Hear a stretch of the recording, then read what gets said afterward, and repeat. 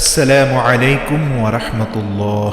আজকে নবী করিম সাল্লাল্লাহু আলাইহি ওয়াসাল্লামের শেখানো একটি বিশেষ দোয়া আমরা শেখার চেষ্টা করব।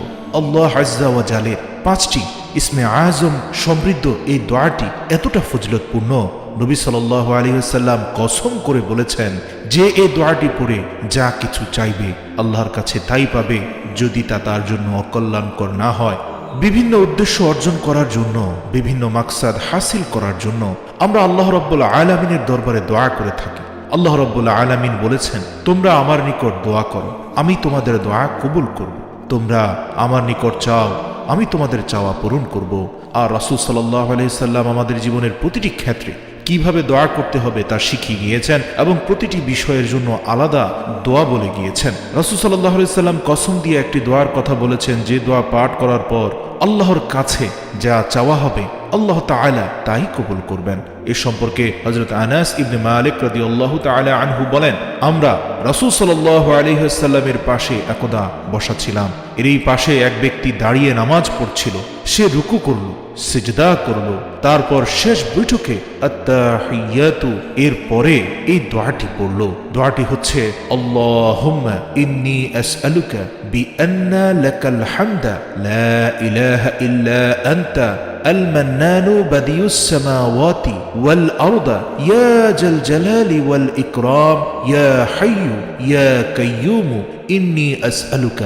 অর্থ, হে আল্লাহ, নিশ্চয়ই আমি তোমার কাছে চাই, কারণ তোমার জন্যই সকল প্রশংসা, তোমাকে ছাড়া কোনো উপাস্য নেই, তুমি সর্বাধিক দাতা, হে আকাশ জমিনের সৃষ্টিকর্তা, হে মহিমান্বিত সত্তা, হে চিরঞ্জীব, সব কিছুর ধারক বাহক, নিশ্চয়ই আমি তোমার কাছে চাচ্ছি।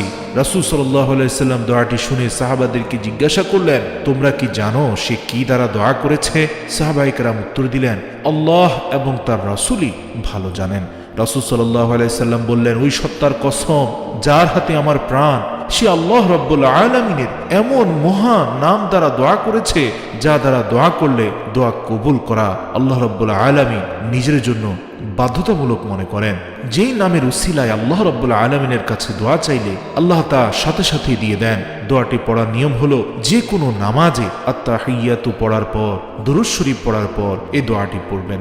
পড়ার পর আপনার মনের সকল ইচ্ছা আল্লাহর নিকট পেশ করুন, অথবা কোনো নামাজের পর নামাজ শেষ করে মুনাজাতে এই দোয়াটি পড়ুন এবং আল্লাহর কাছে আপনার মনের চাওয়া বাসনা পেশ করবেন।